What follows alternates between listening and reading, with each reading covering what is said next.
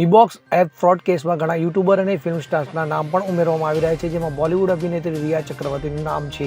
જેથી દિલ્હી પોલીસના special cell IFSOએ આ મામલે રિયાને નોટિસ જારી કરી છે. જેથી હવે આ છેતરપિંડીના કેસમાં રિયાની પૂછપરછ કરવામાં આવશે.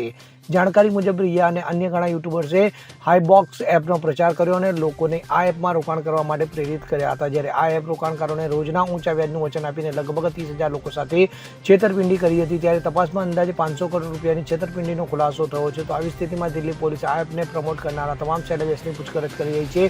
ત્યારે આ કેસમાં રિયા ચક્રવર્તીનું નામ સામે આવતા તેની મુશ્કેલી વધતી જણાઈ રહી છે. Bureau report CN24 news.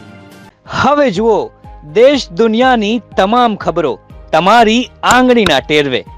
ઉઠાવો મોબાઈલ અને Google Play Store પરથી ડાઉનલોડ કરો અમારી CN24 ન્યૂઝ મોબાઈલ એપ.